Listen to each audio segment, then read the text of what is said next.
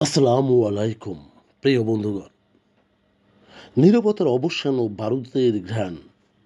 মধ্যপ্রাচ্যের রণক্ষেত্র যখন একদিকে ইসরায়েলি দম্ভ আর অন্যদিকে মার্কিন রণতরীর মহড়া চলছিল, তখন অনেকে প্রশ্ন তুলেছিলেন, ইয়েমেনের সেই দুর্ধর্ষ হুতিরা কোথায় গেলেন? অবশেষে সেই দীর্ঘ নীরবতার অবসান ঘটল।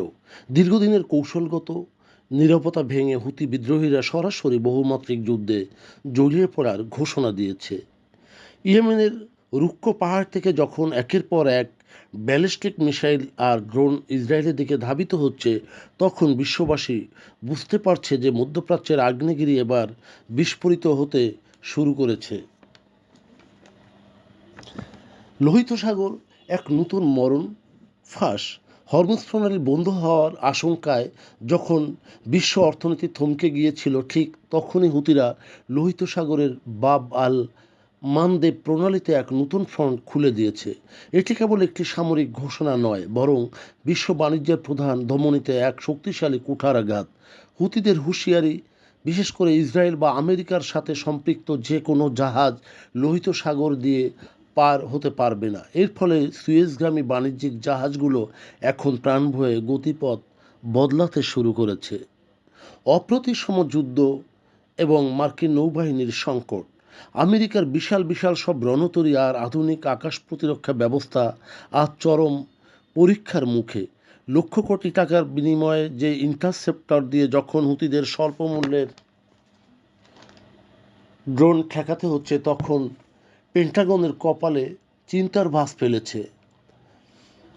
হুতিরা প্রমাণ করে দিয়েছে যে বিশাল বিশাল সামরিক শক্তি থাকলেই আধুনিক যুদ্ধে জয় হওয়া নিশ্চিত নয়, বরং ভৌগোলিক অবস্থান আর কৌশলী ড্রোন হামলা দিয়ে পরাশক্তিকেও নাকাল করা সম্ভব। হুতিদের এই প্রবেশ যুদ্ধের মোড় এমন এক জায়গায় নিয়ে গেছে যেখানে কেবল আকাশপথে হামলা চালিয়ে তাদের দমন করা অসম্ভব।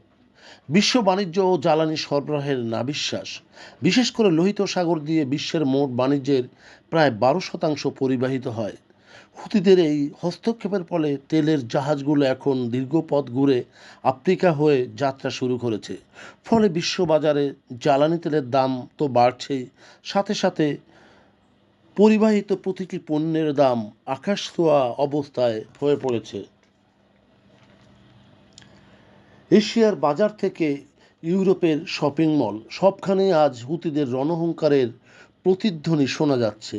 হুতিদের এই দেরিতে হলেও শক্তিশালী প্রবেশ প্রমাণ করেছে যে মধ্যপ্রাচ্যের যুদ্ধ আর কোনো নির্দিষ্ট সীমানায় আবদ্ধ নয়, এটি এখন একটি পূর্ণাঙ্গ আঞ্চলিক মহাযুদ্ধে রূপ নিয়েছে।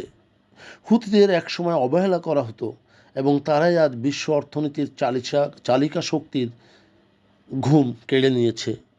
প্রিয় বন্ধুগণ, যদি আমাদের এই তথ্য গল্প আপনার ভালো লাগে, তাহলে লাইক এবং শেয়ার দিন। এবং এখন আজ আমাদের সঙ্গে থাকার জন্যে ধন্যবাদ। আমাদের ফলো দিন এবং সাবস্ক্রাইব করুন।